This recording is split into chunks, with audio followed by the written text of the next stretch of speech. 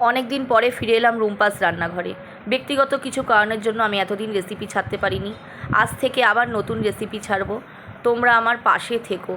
আজকে দেখাবো ডিমের ধোকার ডালনা। তার জন্য কাঁচা লঙ্কা কুচি, পেঁয়াজ কুচি, টমেটো কুচি, 4টে ডিম, 3টে সেদ্ধ করা আলু, আর এখানে আমি নিয়েছি আদা, পেঁয়াজ, রসুন, কাঁচা লঙ্কা বাটা। সেদ্ধ করা আলুগুলোকে স্ম্যাশ করে এতে ডিমগুলো ফেটিয়ে একে একে কাঁচা লঙ্কা কুচি, পেঁয়াজ কুচি, সামান্য পরিমাণ টমেটো কুচি দিয়ে স্বাদ মতো চিনি, স্বাদ মতো নুন, সামান্য পরিমাণ হলুদ আর হাফ চা চামচ ভাজা জিরের গুঁড়ো দিয়ে ভালো করে মিশ্রণটি মিশিয়ে এতে আমি 1 চা চামচের মতো কর্নফ্লাওয়ার দিয়ে আরও ভালো করে মিশ্রণটিকে মিশিয়ে 7 থেকে 10 মিনিট রেস্টে রেখে দেবো।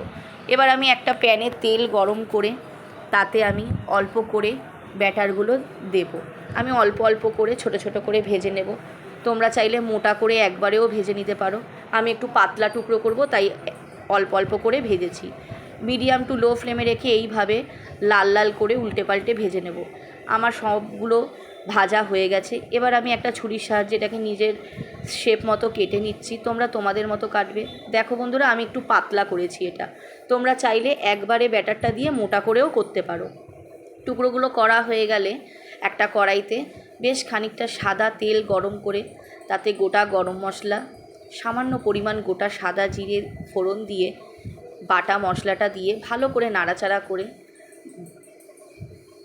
বাদবাকি টমেটো কুচিটা দিয়ে ভালো করে নাড়াচাড়া করে এবার মশলাগুলো দিয়ে দেবো স্বাদ মতো চিনি, পরিমাণ মতো হলুদ, 1 চা চামচ জিরে গুঁড়ো, 1 চা চামচ ধনে গুঁড়ো, 1 চা চামচ কাশ্মীরি লঙ্কার গুঁড়ো আর স্বাদ মতো নুন দিয়ে মশলাটা একদম মিডিয়াম আঁচে রেখে ভালো করে কষিয়ে নেব।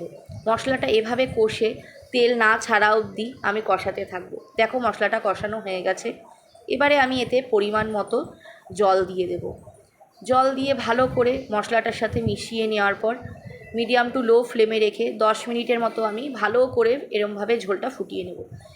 ঝোলটা ফুটে গেলে এই পর্যায়ে আমি এক এক করে ডিমের টুকরোগুলো এর মধ্যে ডুবিয়ে দেব।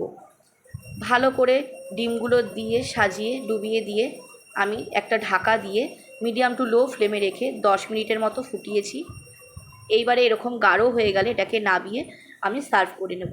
তোমরা অবশ্যই করে আমাকে জানিও কেমন লাগলো।